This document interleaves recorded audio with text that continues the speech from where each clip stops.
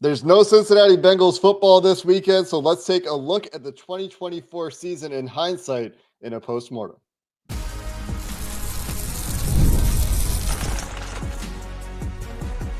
You are Locked On Bengals, your daily Cincinnati Bengals podcast.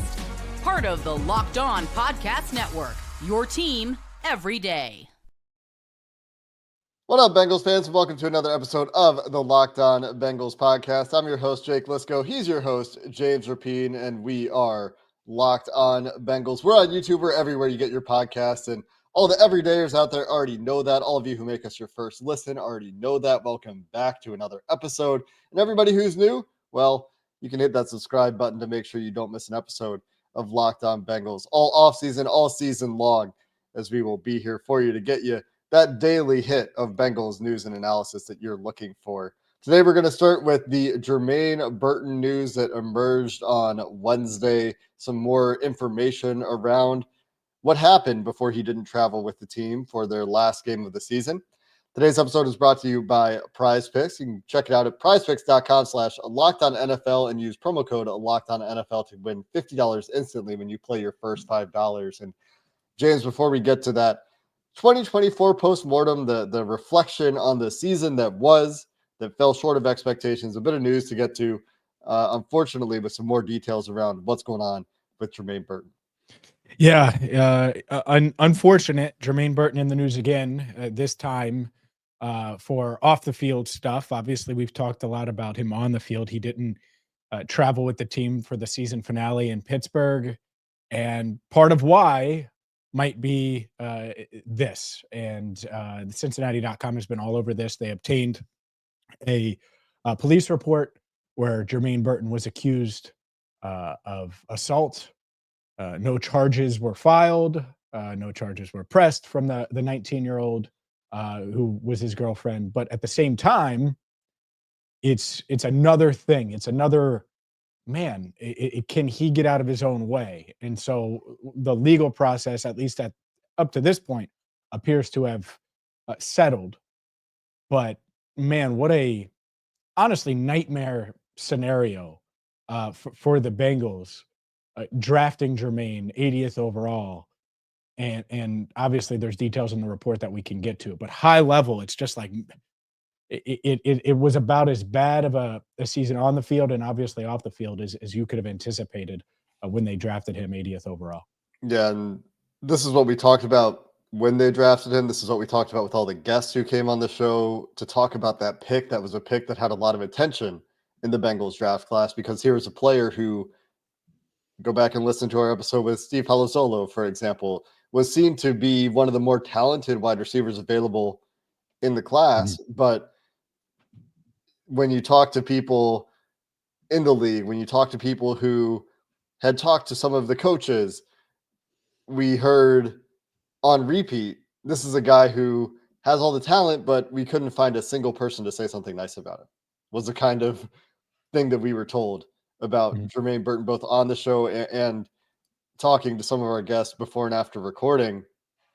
And it seems like some of those concerns about his prioritization have fallen into the NFL between the discipline that we saw throughout the season, some quieter than others, some of them very publicly made news, some of them I think did not ever get explained as fully as the last couple of examples where we've had more details be reported on. And it's one of those situations where how many more chances does he get, I think, is a question for a lot of people at this point. Does he get more chances? Is this a player or a situation where a serious team would just cut bait and move on at this point?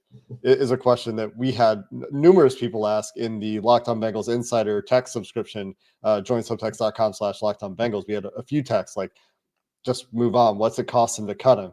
What was the question at that point? And so I think that is part of the discussion that has to happen at this point. For sure. And I'm going to read a bit of the report again, the entire thing. Multiple reporters on this from the Cincinnati Enquirer, Kelsey Conway, and then multiple of their other reporters. I'm going to give credit here, Cameron Knight and Sharon Coolidge also. But I'll just read a little bit of it just to give our everydayers and people listening some context here.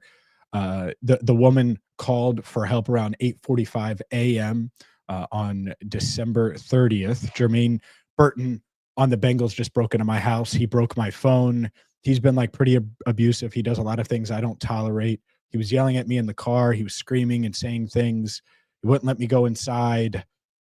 He blocked my door so I couldn't go inside. And when I did, he chased me upstairs. He broke into my house. He broke my phone. This is the second time he broke my phone in the past month. He broke my phone. He hit me. He left. He got in my dishwasher. He grabbed a knife and he held it to his neck. I don't bleeping deserve this, she said. So there's a lot there, and you could go read the report. I wanted to give some context because clearly Jermaine is going through a lot mentally.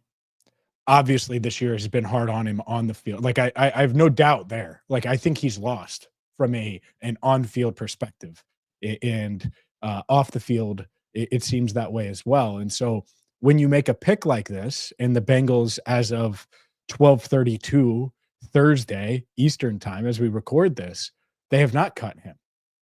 And so if they're not going to cut him, and I don't think they are right now, to answer your question, when you see this, and again, it's alleged, but even if it's 10% true, right? There's something going on, and that's it. Even if it's because there's going to be people that go out and defend him because he's a 23-year-old and all those things. Fine, but this cannot happen. This is unacceptable. Even 10% of it, 5% of it, 1% cannot happen. And so what Jermaine needs to do and what the Bengals need to do, and I think the Bengals have tried, to their point, certain players in the locker room, certain coaches, but it's about Jermaine figuring out, one, if he wants to be an NFL receiver and a successful one from an on-field standpoint and dedication standpoint, and two, if you just want to be a productive citizen.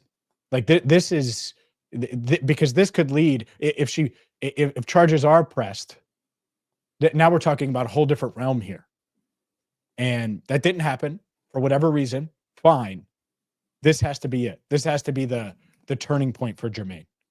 And that's on him. That's on the Bengals if they keep him. And that's a tall task because, like I said at the top, this has been about as rough of a rookie campaign as you could have envisioned, I think, for Jermaine Burton.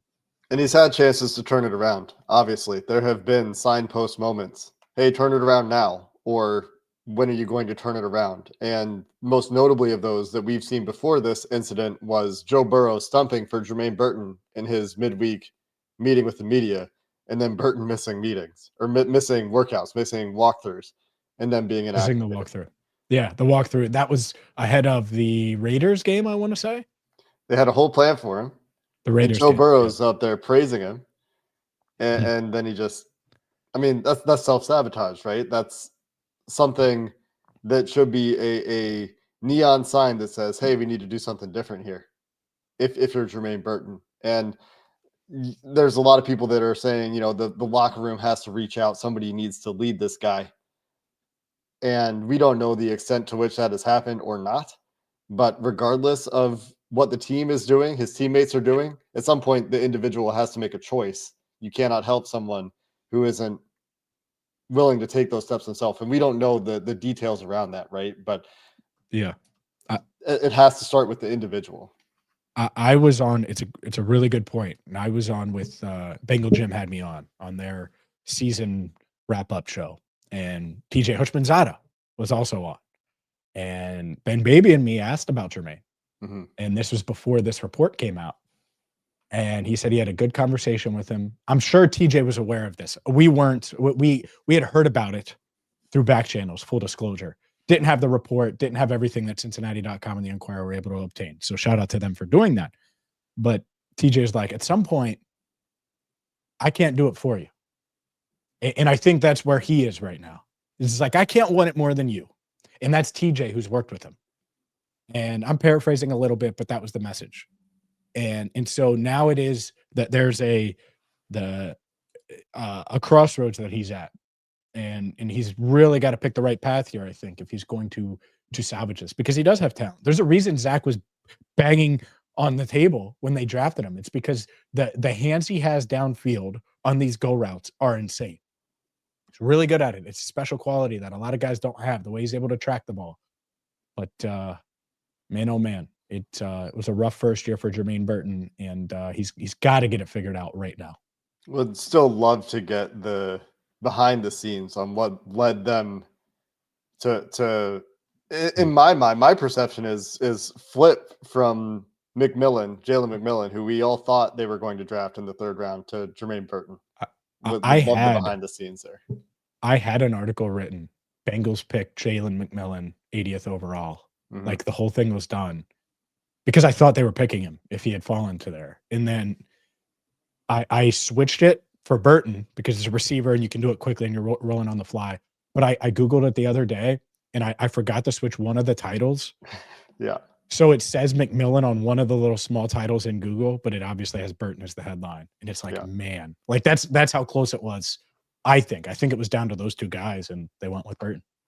Coming up next, let's flip gears here. We'll take a look at the 2024 season and reflect on really what was a disappointing season. Didn't meet expectations, the Cincinnati Bengals. That's next. This is a message from our sponsor, Intuit TurboTax. Are you tired of the endless waiting, wondering, and worrying about your taxes? Well, now that's a thing of the past. You see, taxes don't need to be complicated. They don't need to be stressful. TurboTax is here to change the game by matching you with a TurboTax expert who can get to work on your return right away. No more waiting for answers. No more wondering if you're missing out on deductions, whether you've got one form or 20. TurboTax experts give your taxes their undivided attention, whether you get real-time updates on their progress, so you can focus on what really matters. You won't have to lift a finger. You'll get peace of mind knowing that your taxes are being handled by the pros. Ready for stress-free taxes and the most money back guaranteed? Head on over to TurboTax.com today and get matched with your expert. Only available with TurboTax Live, full service, real-time updates only in iOS mobile app. See guaranteed details at TurboTax.com/guarantees. No Cincinnati Bengals in these playoffs, and your fantasy football league is probably over. And if you need to make some money while you're watching the games and you enjoy daily fantasy sports, PrizePicks is still there for you, even though there's no Bengals, even though your fantasy league has come to an end. With PrizePicks, you simply pick more or less on player stats like passing yards or rushing touchdowns, and you have a shot to win up to 1,000 times your money. You can make those picks in less than 60 seconds. And whether you're looking for a flex play to boost your payout or want to cash out quickly, PrizePicks has you covered with over 10 million members and billions in winnings. You can check out this week, Jared Goff. Do you think he'll throw for more or less than 230 passing yards, or Saquon Barkley scoring 1 touchdown? It's very easy to use. The payouts are lightning fast. You can get paid in as little as 15 minutes when your picks hit. And they've got weekly promos like Taco Tuesday discounts to get even more value in your lineup. And for Locked On Bengals listeners, you can download the app today and use promo code Locked On NFL. You'll get $50 instantly when you play your first $5 lineup. That's PrizePicks. Run your game. Download the app today and use code Locked On NFL to get $50 instantly after you play your first $5 lineup. PrizePicks. Run your game.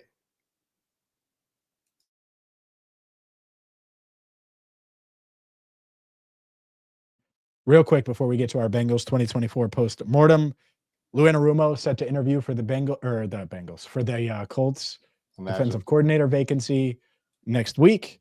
And so there is your Ludini update. Would not be shocked if he gets multiple interviews for defensive coordinator jobs. Yeah, the reaction to Lou Anarumo's firing by the Cincinnati Bengals in national media is certainly one of a bit of surprise and a bit of, I wonder if they'll regret that one. The Kelsey brothers even wondering what the heck is going on, to clean up their language a little bit with the Bengals and their decision making. So some interesting reactions from those on the outside that probably weren't paying as close attention to you with some of the issues with the Cincinnati Bengals defense this year. But like you said, James, let's get to this postmortem on the Bengals season, reflecting on the season that was a season that so many times, to me, the theme of this season was one more play.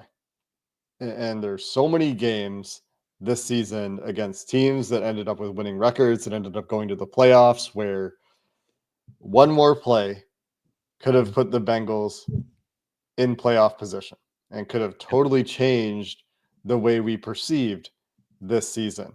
Instead of it being such a resounding disappointment, games against the New England Patriots, Kansas City Chiefs, Washington Commanders, Baltimore Ravens twice, the Chargers, the first Steelers game, all of these games where there are a number of plays where you could say, oh, what about this one? What about this one? And it's so hard to pick the most painful loss or the most disappointing loss. There's like a 5-way tie for first. There's all these games where it's one moment that they needed, one more play that they needed. And you can point to mistakes, self-inflicted issues in most of these games that cost them that game and eventually dug the hole too deep for them to get out of this year. Yeah, I think if I had to pick, obviously a lot of people would say the Patriots game. To me, the two games, and I think early in the season is where you go here because you start 1-4 and good luck, right? Like 1-4 is a tough hole to dig out of. 0-3 and then 1-4. It's not like you get to 2-3, you're feeling good. It's the Kansas City game.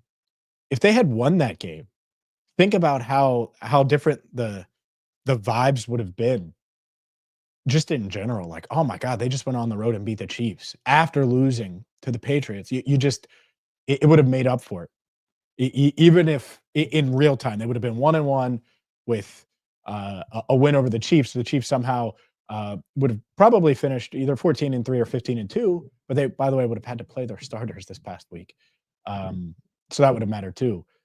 So that one stands out to me.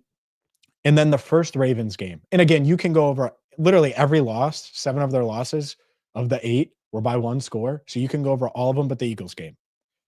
And then the other one for me, Jake, it's that first Ravens game. Because if they had won that one, then you're 2-3. You just beat the Ravens. You feel okay about the division because you're 1-0 there. You have the Browns in a few weeks. They would have won back-to-back games. Then they go to New York and win. They had beat Cleveland. So they would have gotten over 500. They would have been 4-3 going into that Eagles game. And it wouldn't have felt like they were in the hole they were in as much. And so I think early on, now, of course, the straw that broke the back was the 3 straight losses in November, in early December, at Ravens, at Los Angeles, and then the Steelers game on December 1st. So I get that. But those games would have mattered a ton, but not as much had you just handled that Chiefs game or that first Ravens game. So those are the two that stand out because they're literally down to their last play in both, where you make that play, Ryan Rico the hold, Zach Taylor maybe a little more aggressive, Dejon Anthony gets there a half second later, or they just don't throw the flag on 4th and 16. I mean, that's it. Then the game's over in both scenarios. Yeah, it's so easy to point to those games. And then you can look at the other ones that we're talking about here, where against New England in week 1, you had the Tanner Hudson fumble. They go 3 and out on their last drive. They get the ball back to Joe Burrow with time waning in the game, and they just go 3 and out. And the targets on that 3 and out were to Andre Yosevach, Zach Moss, and Zach Moss. They didn't even try to get the ball to Jamar on that drive. No T. Jamar was weird that because he would miss time. And then I just don't want to forget to mention this. The Mike Gesicki touchdown that was ruled a non-touchdown. Another one. Mm-hmm. And then the defense has a chance even after that because the Bengals punt the ball away with timeouts. And the defense has a chance to get the Bengals the ball back. And New England just picks up 2 first downs running the ball with Ramondre Stevenson. And that's the end of the game. And they can kneel it out. So it's both units in that week 1 game. And okay, you want to chalk that up to week 1 weirdness, fine. But looking back on it, boy, is that a weird one where the New England Patriots are exactly the team that we thought they were going into the season, fired their head coach, could hardly win any games until they didn't want to win games. And then they won a game in week 18. And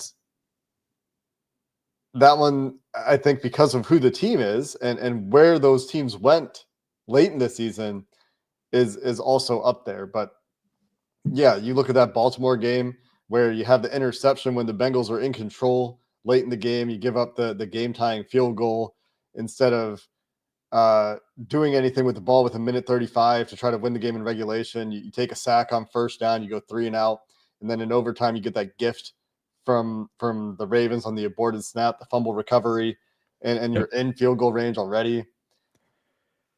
You can point to a lot of these games. We'll continue to discuss this disappointing season and got to get to the good part at the end and talk about what we can take away from the winning streak at the end of the season as well. We'll do that to finish up the show coming up next. Today's show is brought to you by FanDuel, America's #1 sports book. The NFL playoffs are here, and from big upsets to game-winning drives, the NFL playoffs are better with FanDuel. You can put together fun parlays to spice up the NFL playoffs. Look, the Bengals aren't in it. I get it. That stinks. That doesn't mean that you can't have fun with the playoffs. Maybe you really want the Bills to just crush the Broncos, to show everyone that the Broncos shouldn't be there and the Bengals are there. Maybe you think that's going to happen.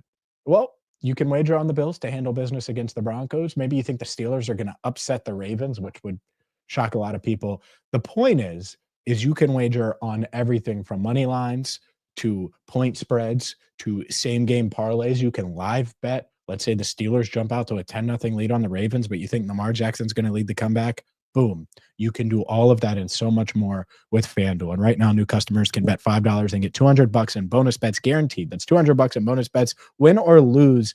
The FanDuel app gives you everything you need for live bets, same game parlays, and so much more.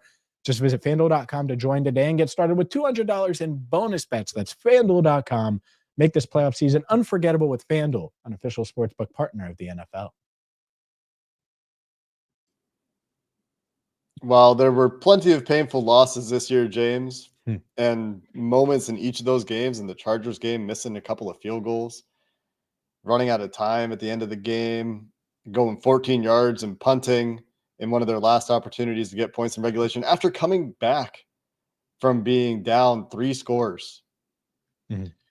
The tipped pass against the Steelers that leads to that game getting away from them, fumble 6 to make it a 17-point game instead of cutting that to be a closer game down the stretch. There is a lot of disappointment this season on both sides of the ball. I went back and I looked at all their winning time drives, and the offense failed them 7 times this year. And they won one of those games where the defense picked them up. But against New England, against Kansas City, against Baltimore, against Philly, against the Chargers, against the Steelers, in both Steelers games, actually, the offense had a chance to end the game on offense, and they were unable to do it because of a turnover, because of a sack, because of in week 1 where the targets went. And so it's not like it's all on the defense here, but the defense didn't pick them up in 5 of those games. They picked them up in week 17 and got the turnover on downs to get the Bengals a win. In week 18 against the Pittsburgh Steelers. But go ahead. Did they have a chance in that first Steelers game to seal it? Not to seal it, but I looked at a couple of drives where they had a chance to keep the game close instead of letting it get to a 10-point margin. Yeah. That one isn't really a quote-unquote winning time drive to end it on offense, but they had the tip pass interception and the fumble 6 on consecutive drives that really let that one get away. Yep. Yeah. And I think that's why, obviously, the defense, we know why they made the changes they made and are looking for a new defensive coordinator, which will keep you up to date throughout. It's fluid. Who knows? But obviously, we're here for you. But that's why the offensive line, I think that's why they're tweaking that, and going with a new offensive line coach. They want to be able to be more effective when you need it. Like when the game feels like it's getting away, maybe you can go under center and run it a little bit to kind of give your defense a break. Like it would be nice if you could lean on the run game a little. Or just run it effectively from the gun, which is not impossible, as much as it looks impossible for the Bengals. Other teams can do it, and you'll see it in the playoffs, and we'll watch it in the playoffs, and you'll see, we should see if the Bengals can do that or get the guys at guard so they can actually run the ball when they need to. Yeah, lean on the run at times, because part of why I think they fell short on offense in some of these situations is, and you saw it in this last Steelers game. And if you watched Hard Knocks, Mike Tomlin said it. He's like, it's all rhythm passing. We just got to disrupt them. And when you do that, then it makes it hard. And then when T. Higgins gets nicked up, it makes it really hard So you want to be able to lean on the run at times in these AFC North matchups, especially, but in any tight game against a playoff team. And most of these teams we're talking about are playoff teams. And the Bengals, they were one drive short. And that's on offense too. There are issues on offense that they have to fix. And on special teams. Can't be missing multiple field goals in games. Can't have bad snap operations. I mean, field goals, you could say, cost them at least 2 games this year. The field goal operation between Evan McPherson and between the snap and hold operation with Ryan Rico and the kicking change even at some point. Well, Ryan Rico for sure in week 5. And then Evan for sure against the Chargers. I mean, those 2 misses were just deflating. Even though they lost by 7, deflating misses. Missed a field goal at the end against the Broncos as well, or in overtime, against the Broncos as well, even though the offense did their job in that game in regulation. They scored the go-ahead touchdown. And we've talked about that time situation to death where they had to give the ball back to the Broncos, and the Broncos end up with the Hail Mary style 4th down touchdown to force overtime. And then the defense steps up there and they get the 2 3-and-outs in overtime after giving up the touchdown in regulation. So some of them are a mixed bag too, but they did finish the season on that 5-game winning streak. And a lot of that was because the defense picked them up. And this is what is interesting about those that think Lou Anarumo was scapegoated a little bit for the early season problems. This is the bounce against bad teams that we talked about a lot after that Steelers game. But even after that Steelers game, late in the game, the defense did force a field goal. They got a 3-and-out late in that game to give, or when the game was still potentially competitive, to give the Bengals chances between those turnovers the Bengals had for the Steelers to blow that game open. And then they finished the game against Dallas, holding Dallas to a field goal, forcing a punt, getting a turnover on downs with Dallas trying to get back and win that game. All of those drives with the game tied. Against the Tennessee Titans, the offense didn't have to play in the second half because the defense went pick 6, fumble recovery, interception on 3 straight drives against the Titans, just melting down. Against the Browns the following week, both sides of the ball did their job, but the defense holds the Browns from coming back into the game with an interception and 2 straight turnovers on downs. Just talked about the Denver game where in overtime they get the 2 straight 3-and-outs to give the Bengals a chance after a punt and missed field goal in overtime when the Bengals started with the ball. And against the Steelers, we just saw that they got that turnover on downs at the end of the game. So the defense late in the season really did pick the team up in a significant way, but too many times early in the season to get into the hole they couldn't get out of. It was complimentary in the wrong way, where both sides of the ball were letting them down in key moments. Yep. And they have to get this right very aggressively. We're going to talk about the offseason and like what they can do. And I think the way to end it, as far as like the 2024 season, is it is a lost season where it's like, man, you get this elite play from Joe Burrow. Jamar Chase has an awesome year. T. Higgins was really good when he was out there. Obviously, Trey Hendrickson, amazing. But they do have the means, they do have the resources to keep that quartet together and add to their team and add significant pieces and add the right pieces, including the coaching staff. They do. And so that's if you want to look at the optimistic approach, it's like, all right, well, what are the problems? Can they be fixed? And can they be fixed without letting a key guy go to fix something else? And the answer is yes. And so that's the good news. Now, will they do that is a whole other thing, and we'll have time to discuss it. But I look at these issues and it's like, okay, well, obviously Zach has to learn some things. Some of the game management stuff is certainly a factor in these close games. I think Lou, and we've talked about it, had his ups and downs. The offensive line, so they're trying to fix it. And that's a start. But it just has to be the start. It can't be new coaches are going to come in here and save the day. They have to upgrade the personnel and do what they need to do as well to have the room and to have the assets, because they have them and they have the ability to create more. But they need to maximize everything they have and all of those resources. Because if they do that, Jake, I really think it's like, yeah, all the Joe Burrow MVP argument could easily win MVP next year. Jamar Chase probably should be Offensive Player of the Year this year, but if not, he could be it next year.